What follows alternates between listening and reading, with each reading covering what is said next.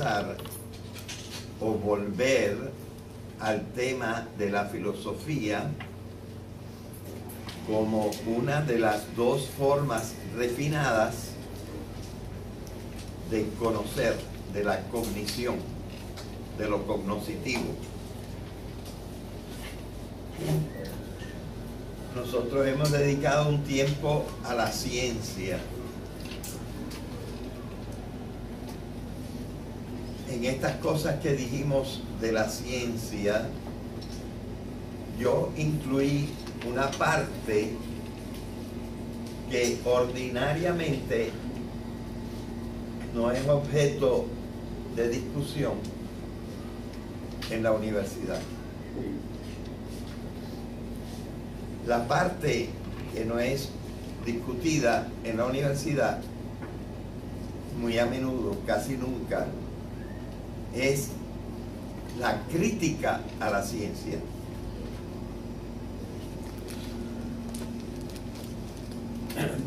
Pero mucha gente no sabe bien lo que es la crítica.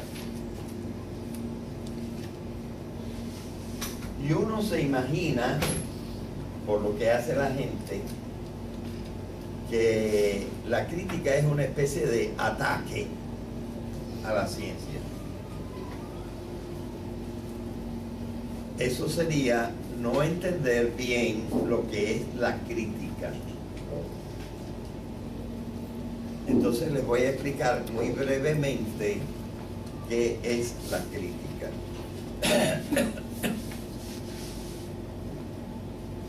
La palabra crítica viene del griego, de un verbo que no se parece demasiado a crítica, pero sí la parte primera. El verbo es krinein. En los diccionarios viene como crino. Y está también, por ejemplo, en endocrino, exocrino, crino. ¿Y qué quiere decir krinein? Pues quiere decir algo así como cortar. Cuando uno corta, uno está separando. Y por ejemplo, cuando uno corta la carne, ya la carne viene cortada, el carnicero la corta, pero uno hace otros cortes y le quita lo que no quiere de la carne. Entonces, lo que hace es estar separando lo que le gusta de lo que no le gusta, lo que es comestible de lo que no es comestible. Y le quita el hueso. En la cocina o en el plato. Está separando. Y eso es la crítica. Separar lo que es bueno para uno o lo que es bueno en sí y lo que no le parece a uno tan bueno. Y eso fue lo que nosotros hicimos con la ciencia. Viendo algunas cositas que tienen que influir en la manera como nosotros tratamos la ciencia, porque la ciencia no es el remedio absoluto a todo. Y precisamente porque la ciencia no es el remedio absoluto a todo, es que todavía le damos valor a otra cosa que no es ciencia y se llama filosofía.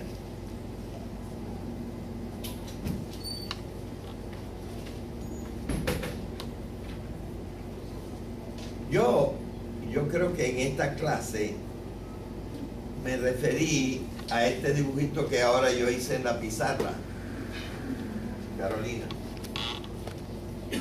¿verdad? Diciendo que si esto es lo que hay que explicar,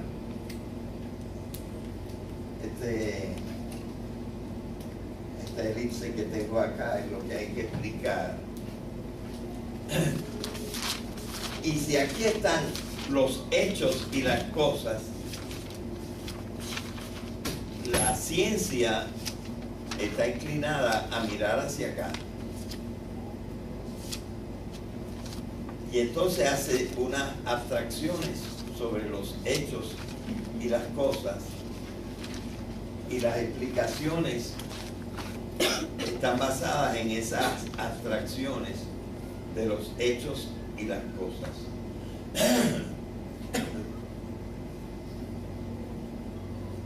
Por ejemplo, un biólogo está estudiando la vida y una parte de la vida es la reproducción. Pero entonces se fija en el hecho de la reproducción y ve que la reproducción no es igual en todos los organismos vivos y que hay una reproducción sexual en que unos individuos tienen una función y otros individuos tienen otra función, y ordinariamente los llamamos macho y hembra, pero hay otra forma de reproducción que es asexual, como por ejemplo la de los helechos. Me parece que lo que echan los helechos se llama una espora.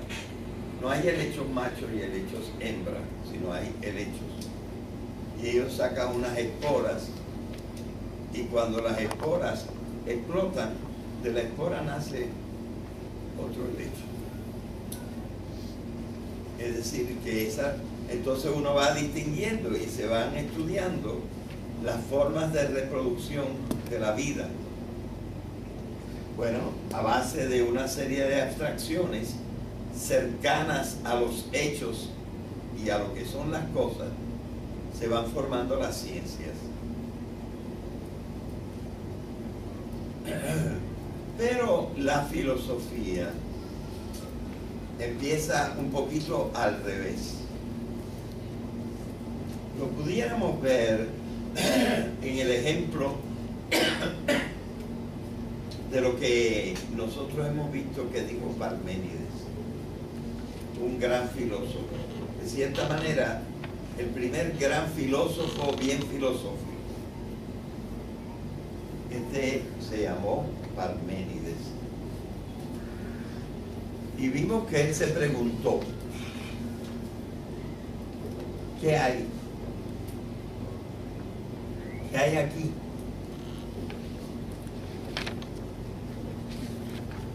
Y la respuesta no fue encontrar hechos y cosas, como en la ciencia, sino algo que pudiera responder a todo. Y digo, lo que hay es ser, y no hay más nada. Ser. Él empezó al revés, por la gran pregunta abstracta. Todo es ser.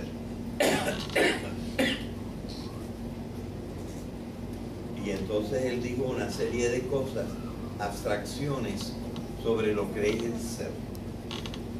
Que si es inmutable, que si es uno, que si es esto, que si es lo otro, si es estable, si cambia. Pero todo era acerca de la gran pregunta, de lo único que hay, ser. Ven que son las dos posiciones opuestas y son, pudiéramos decir, abstracciones de diverso tipo. Claro, a medida que nosotros hemos ido acumulando hechos y cosas, conocimiento de hechos y cosas, y también acumulando abstracciones seguras sobre hechos y cosas, los científicos han ido progresando en abstracciones cada vez más abstractas. Y llega un momento en que en vez de estar propiamente estudiando ciencia, están estudiando la filosofía de la ciencia. Están estudiando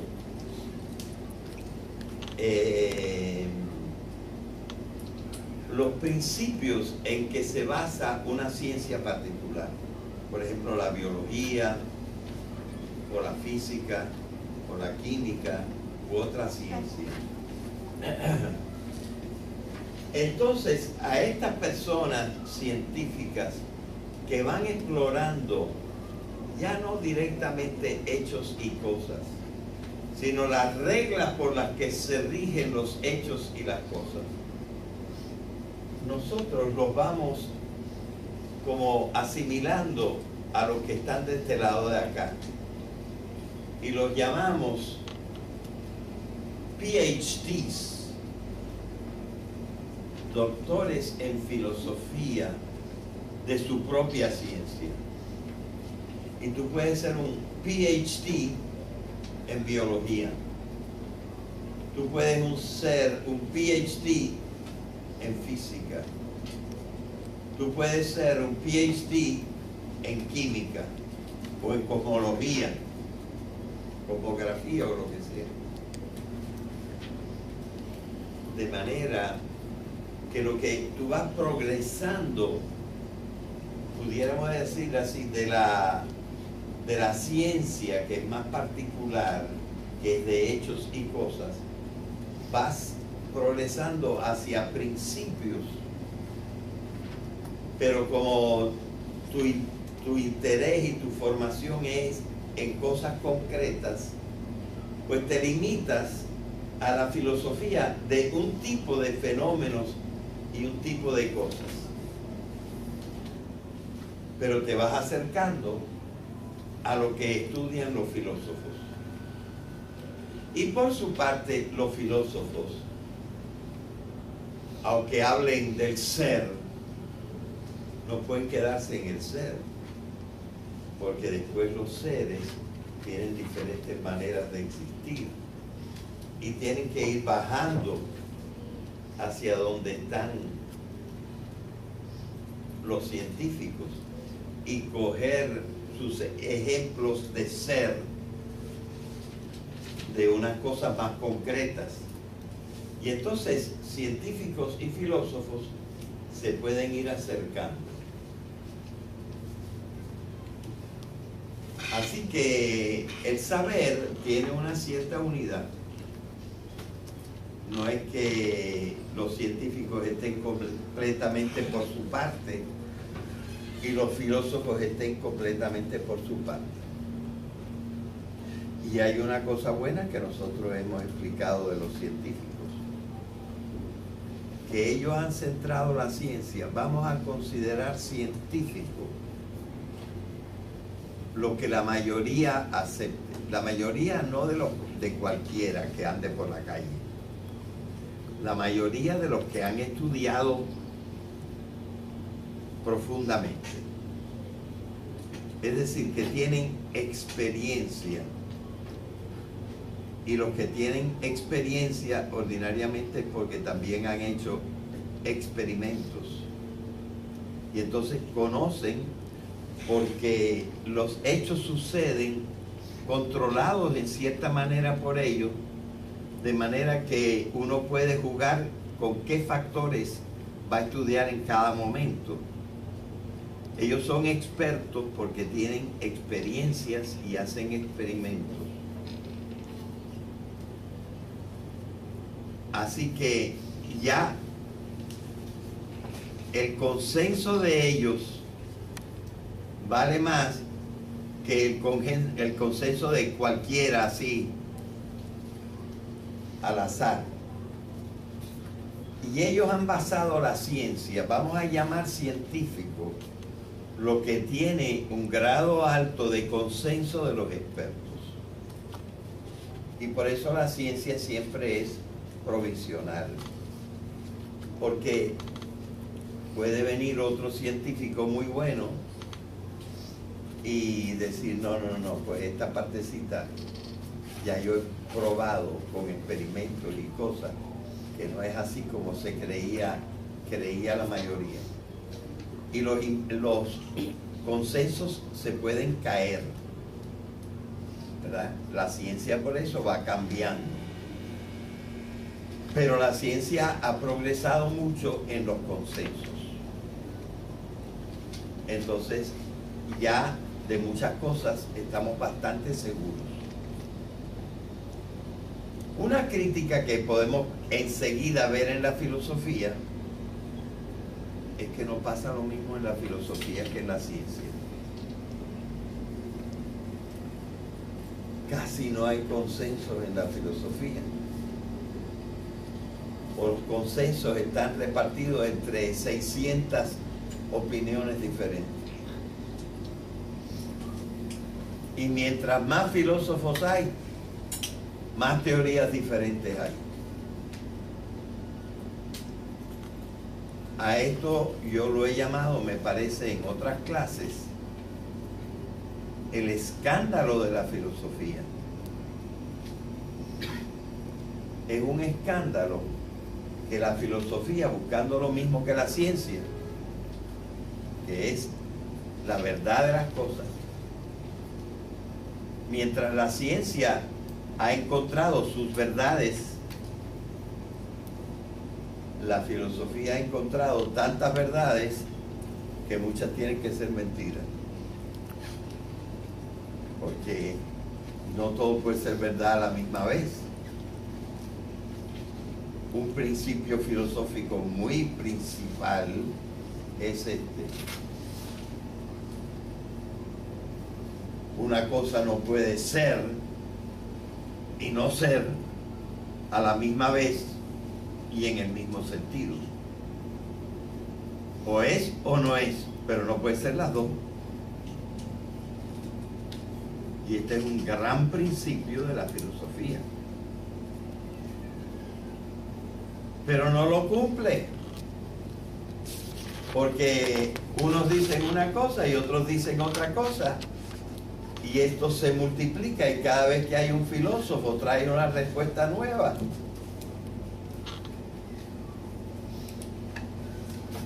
Así que la filosofía tiene este escándalo, que ha progresado poco en el consenso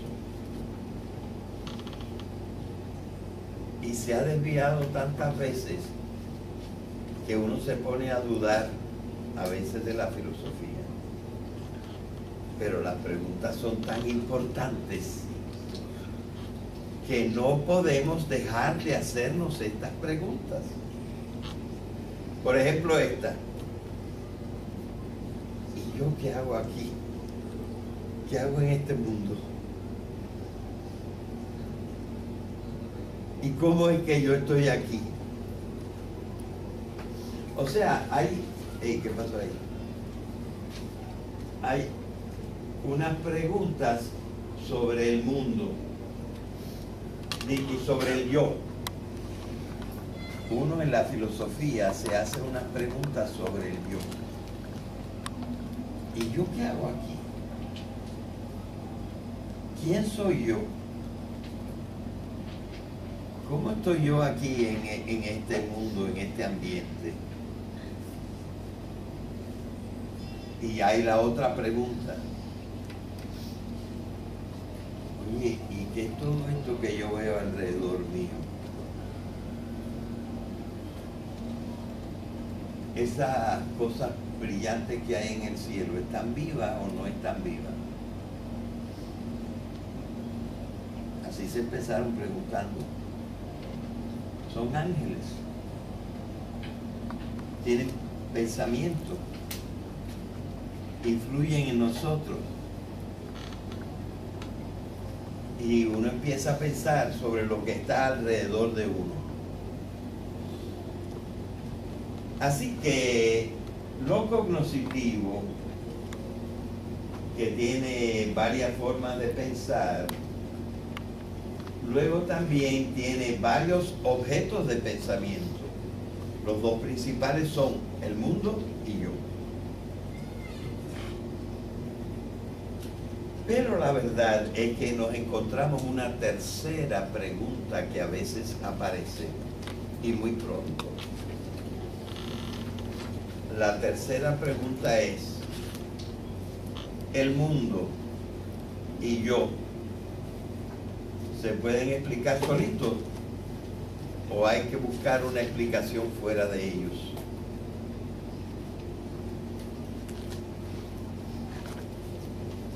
Y entonces ahí está una pregunta que nos lleva a un tercer objeto de conocimiento.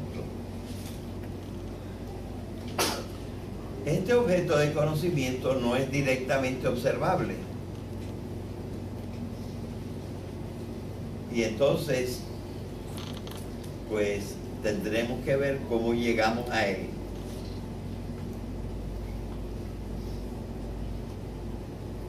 Y este tercer objeto de conocimiento finalmente le hemos dado un nombre. Estamos preguntando por Dios. Y muy a menudo esto se convierte en la pregunta: ¿cuál es la causa de todo? ¿Cuál es la causa del mundo? ¿Cuál es la causa mía? ¿Y qué relación tengo yo con Él? ¿Tengo que orientar mi vida porque Él existe? ¿O puedo orientarla como yo quiera porque Él no existe? Así que aparece otra pregunta. Pero el problema es que esa pregunta no es muy contestable. Porque ese objeto de conocimiento no lo conocemos directamente. No tenemos órganos de los sentidos que los perciban. Y entonces esto crea una cierta dificultad. Desde la ciencia no vamos a poder encontrarlo muy bien. Desde la filosofía medio que algunos creen que sí pueden.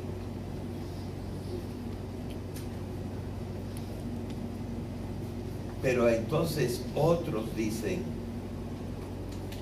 hay que buscar otra fuente de información. Otra fuente de información que no sea simplemente la razón. Fíjense que no estoy diciendo la inteligencia. Porque la razón, que yo expliqué el año pasado cuando di Roma, porque estaba dando la naturaleza como introducción, la razón es más que la inteligencia. La razón es inteligencia, voluntad, conducta y emoción, sentimiento, afecto. Todo eso es la razón del hombre. Pues a la gente le ha parecido que para la tercera pregunta, la pregunta de lo que puede explicar el mundo y el yo, la pregunta sobre Dios, hay que buscar otra fuente. La mayor parte de la gente se ha acostumbrado a llamar a esa fuente la fe. Y no está mal, pero la fe no es la fuente. Hay una fuente de la fe. ¿Y cuál sería la fuente de la fe? Bueno, la fe tiene una fuente si hay una revelación. Es decir, si ese supuesto ser que está afuera del mundo y afuera de mí ha hablado y ha dicho algo. Así que las dos fuentes del conocimiento, la más segura y más humana, es la razón. Pero se arguye que existe una segunda fuente. Y la segunda fuente sería la revelación. Así que hay razón Y alguna gente admite otra fuente, que es que vino alguna comunicación de allá. Y esa comunicación de allá la llaman revelación.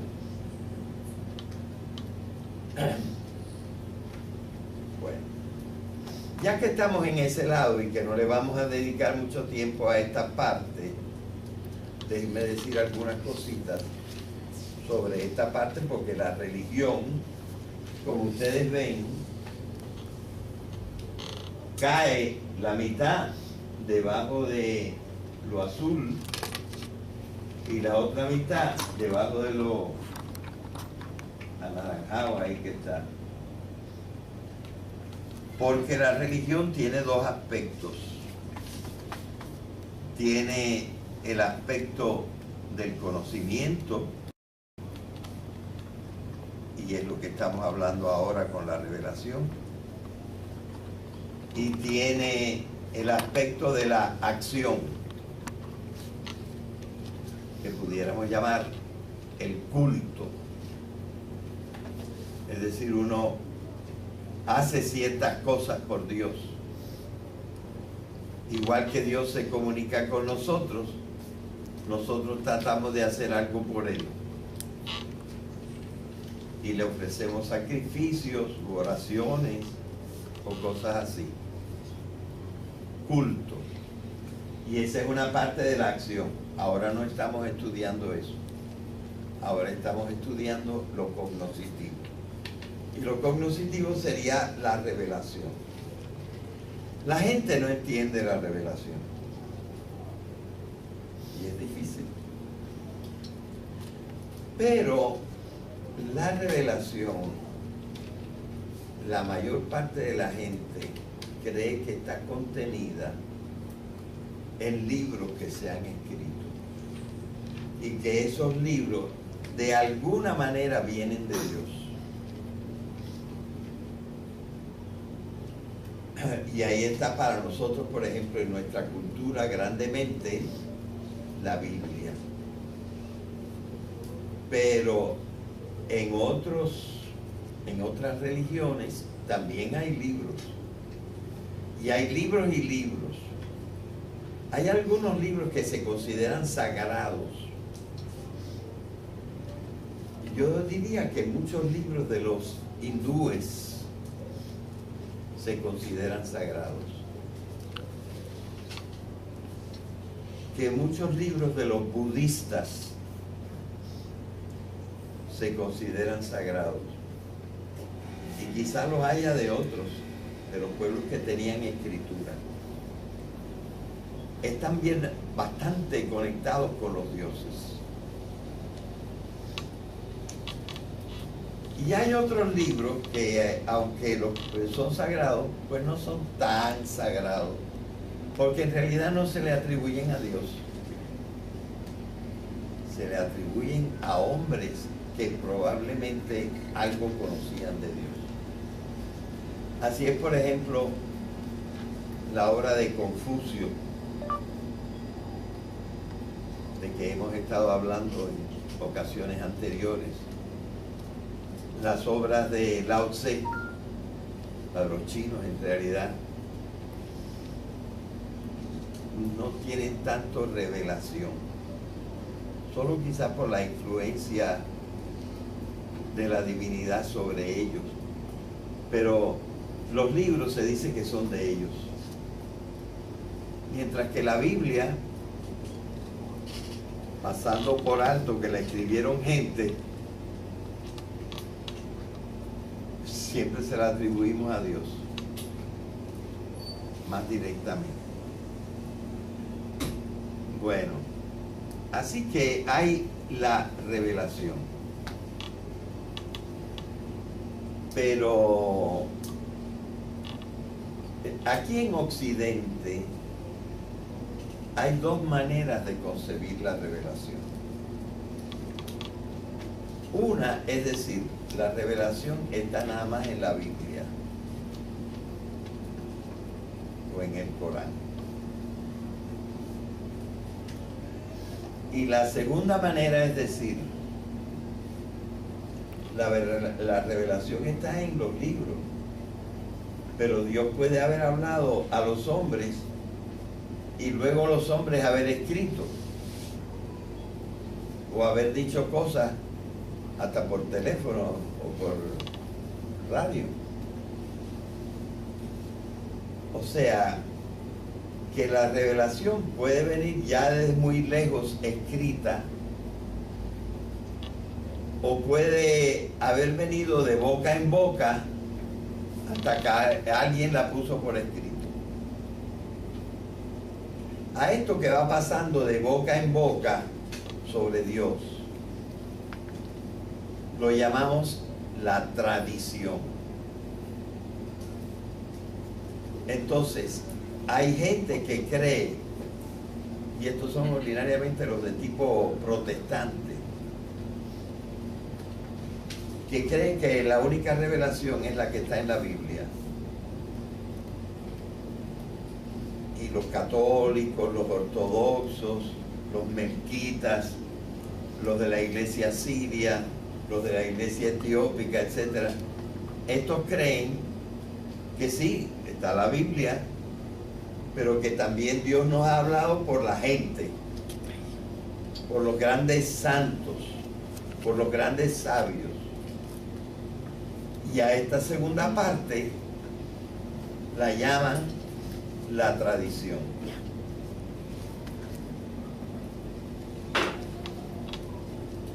Pero entonces la fe es creer en las cosas que nos dice la tradición, sea la tradición del libro sagrado, sea la tradición de los santos, de la gente que ha investigado o tenido más experiencia de Dios, como los místicos. Y uno entonces puede hacerle caso, creerle a lo que dijeron los místicos de Dios, aunque no esté en la Biblia. Así que hay esas dos posiciones sobre la revelación, sea exclusivamente bíblica, sea también a través de la tradición. Pero entonces sobre eso se basa la fe. Ahora, hay una cosa que tengo que todavía explicarles, y qué cosa es la teología. La teología no es exactamente la religión.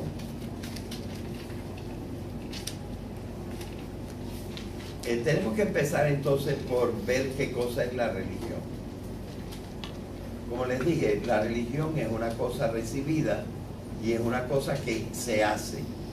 Ahora estamos hablando de la cosa recibida.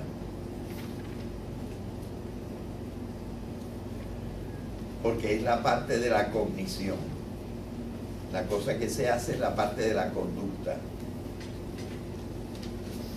Pues en la religión, entre lo que recibimos, la mayor parte de lo que recibimos, lo recibimos en forma de narraciones.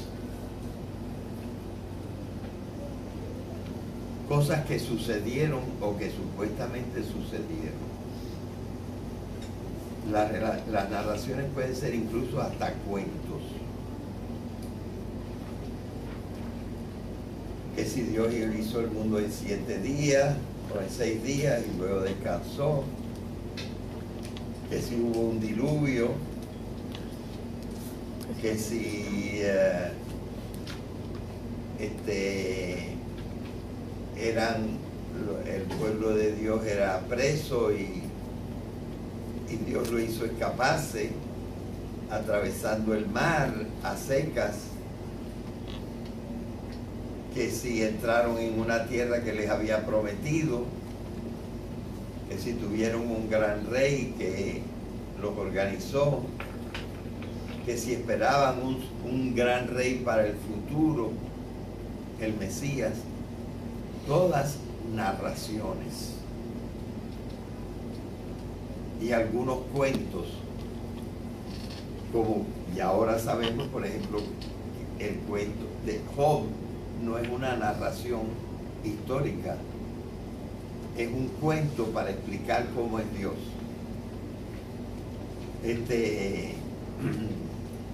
Jonás no existió de veras, es un cuento sobre un profeta para explicar cómo es la misericordia. Pero entonces son o narraciones de hechos supuestamente sucedidos o cuentos para explicar. O sea que lo natural en la religión es recibir narraciones. Pero la ciencia no hace cuentos y la filosofía no hace cuentos. Explica ideas.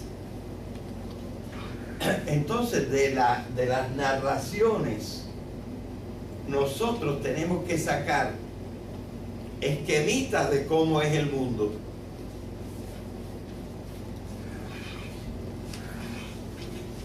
Y esos esquemitas de cómo es el mundo es la teología.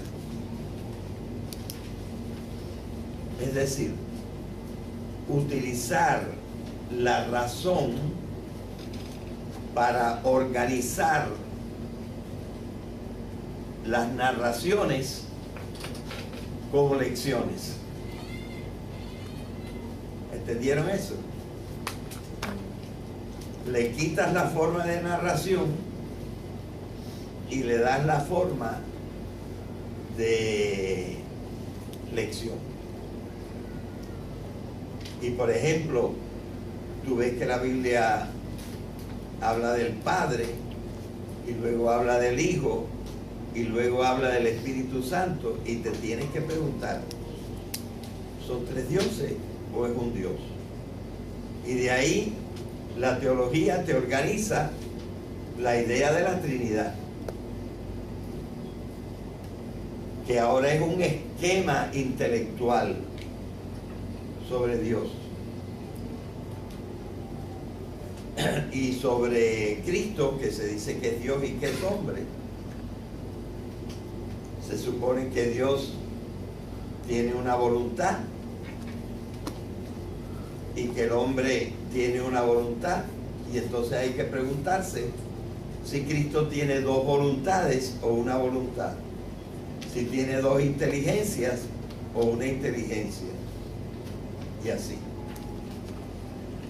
Y entonces lo que eran narraciones lo vas convirtiendo en esquemas intelectuales. Y la teología es la habilidad que con ideas filosóficas y con algunas ideas científicas, nosotros de las narraciones de la religión sacamos esquemas mentales.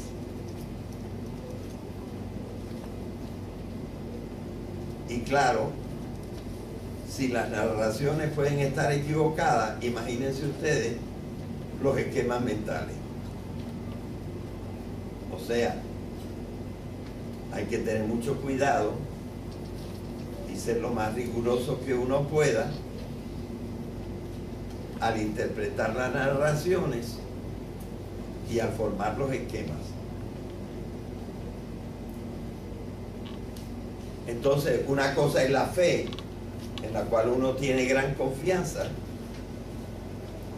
pero ya en las narraciones y en los esquemitas uno puede tener sus dudas. Bien, y esta es la parte intelectual de la religión. Una cosa en la que uno se da completamente, que es la fe. Y una cosa que uno va construyendo según el entendimiento de uno, que es la teología.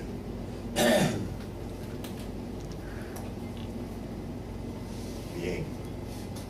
Así que estas serían los tres objetos que van variando en las diferentes culturas. Lo que se dice del yo, lo que se dice del mundo y hasta un poco lo que se dice de Dios. Todo lo cognoscitivo se puede más o menos resumir en eso. Y las culturas van hablando de estos tres aspectos.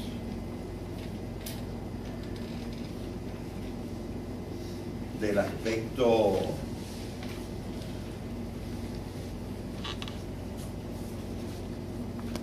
aspecto de cada uno, de la persona en el hombre.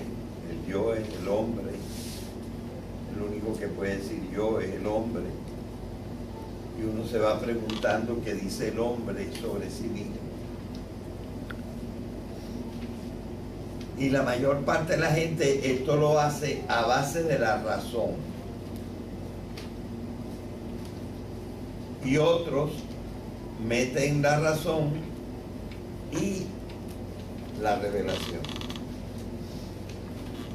Y es legítimo hacer la pregunta solo por la razón, y los que creen, pues es legítimo que también lo que creen que Dios ha dicho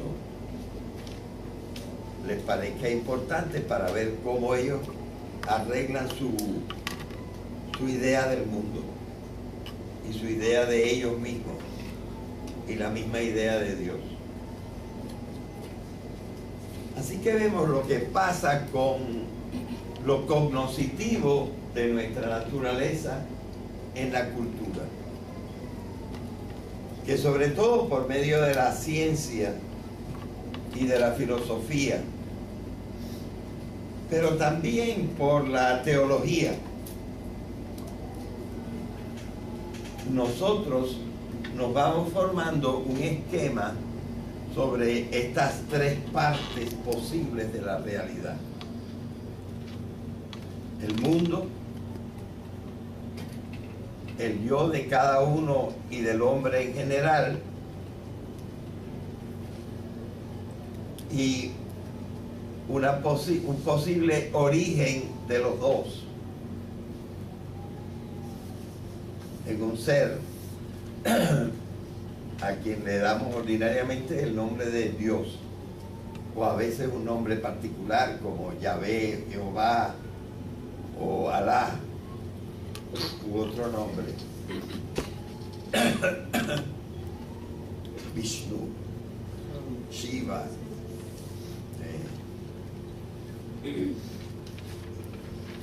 otras maneras de hablar de la divinidad, ¿verdad? Así que este es el conocimiento, y el conocimiento pues se ha ido cristalizando en las diferentes culturas, y tenemos ideas diferentes según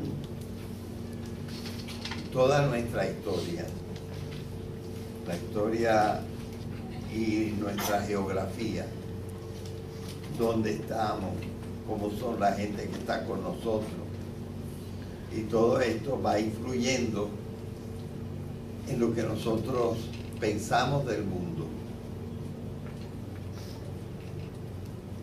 Ordinariamente, sobre todo en el mundo moderno, pues tanto la escuela como sobre todo la universidad trata de concentrarse en esta visión mayormente a través de la razón, porque una parte de nuestra cultura ha dividido bastante separadamente lo civil de lo que podemos llamar sagrado, y entonces lo consideramos como dos mundos que para el bien de los dos deben estar un poco separados. Idea que no empezó enseguida. Por ejemplo, la Iglesia Católica medio que aceptó esa separación en el año 1965, pero eso fue ayer. Ya yo tenía 35 años. Cuando el Concilio Vaticano II dijo, bueno, está bien que haya una separación entre el Estado y la Iglesia, y que el Estado se ocupe de unas cosas y la Iglesia se ocupe de otras cosas.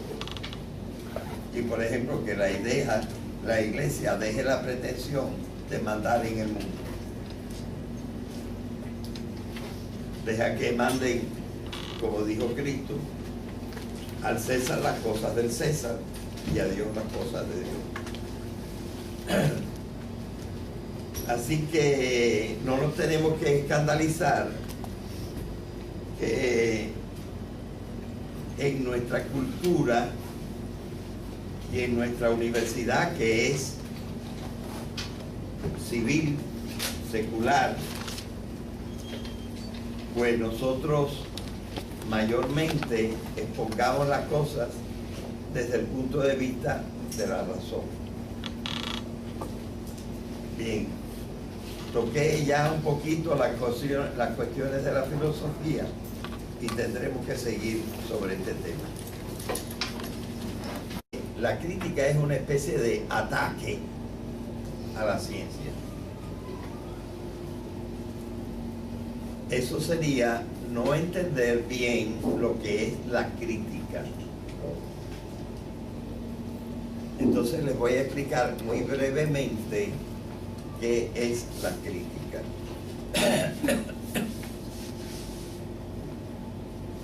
La palabra crítica viene del griego, de un verbo que no se parece demasiado a crítica, pero sí la parte primera. El verbo es krinein. En los diccionarios viene como crino. Y está también, por ejemplo, en endocrino, exocrino, crino. ¿Y qué quiere decir krinein?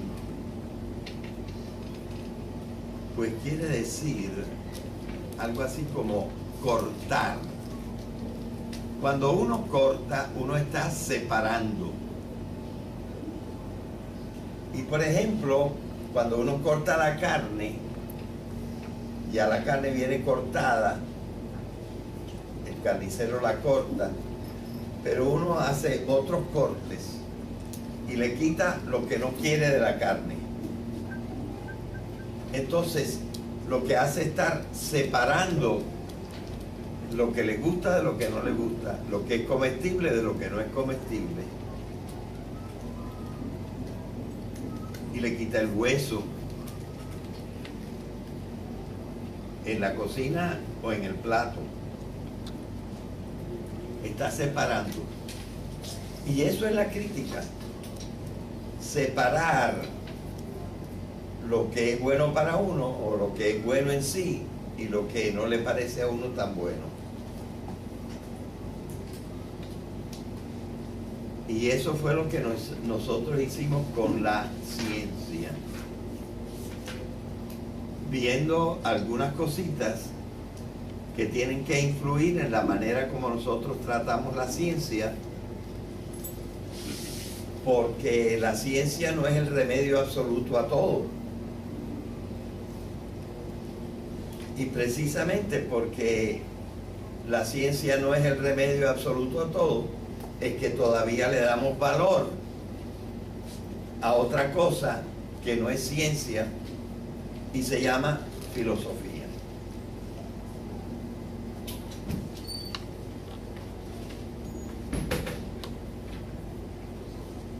Yo creo que en esta clase me referí a este dibujito que ahora yo hice en la pizarra, Carolina, ¿verdad? Diciendo que si esto es lo que hay que explicar,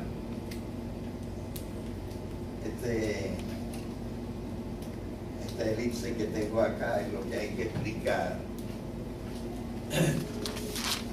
Y si aquí están los hechos y las cosas, la ciencia está inclinada a mirar hacia acá. Y entonces hace unas abstracciones sobre los hechos y las cosas. Y las explicaciones están basadas en esas abstracciones de los hechos y las cosas.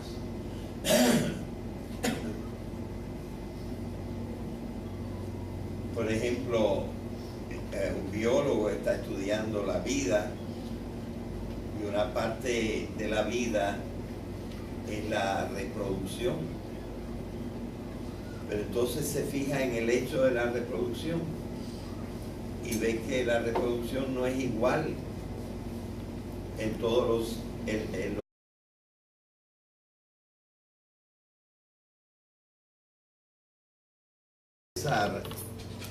o volver al tema de la filosofía como una de las dos formas refinadas de conocer, de la cognición, de lo cognoscitivo. Nosotros hemos dedicado un tiempo a la ciencia.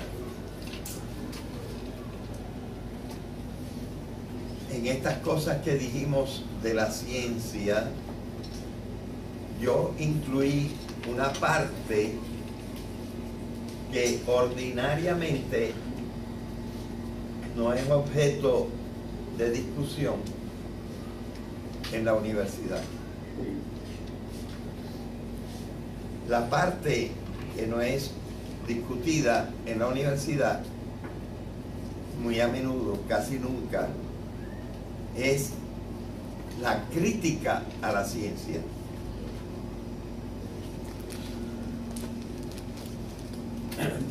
Pero mucha gente no sabe bien lo que es la crítica. Y uno se imagina, por lo que hace la gente, que los organismos vivos y que hay una reproducción sexual en que unos individuos tienen una función y otros individuos tienen otra función, y ordinariamente los llamamos macho y hembra, pero hay otra forma de reproducción que es asexual, como por ejemplo la de los helechos. Me parece que lo que echan los helechos se llama una espora. No hay helechos machos y helechos hembra, sino hay helechos. Y ellos sacan unas esporas, y cuando las esporas explotan, de la espora nace otro helecho. Es decir, que entonces uno va distinguiendo y se van estudiando las formas de reproducción de la vida.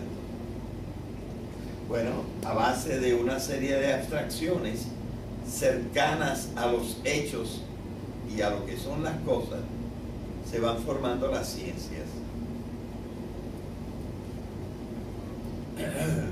Pero la filosofía empieza un poquito al revés. Lo pudiéramos ver en el ejemplo de lo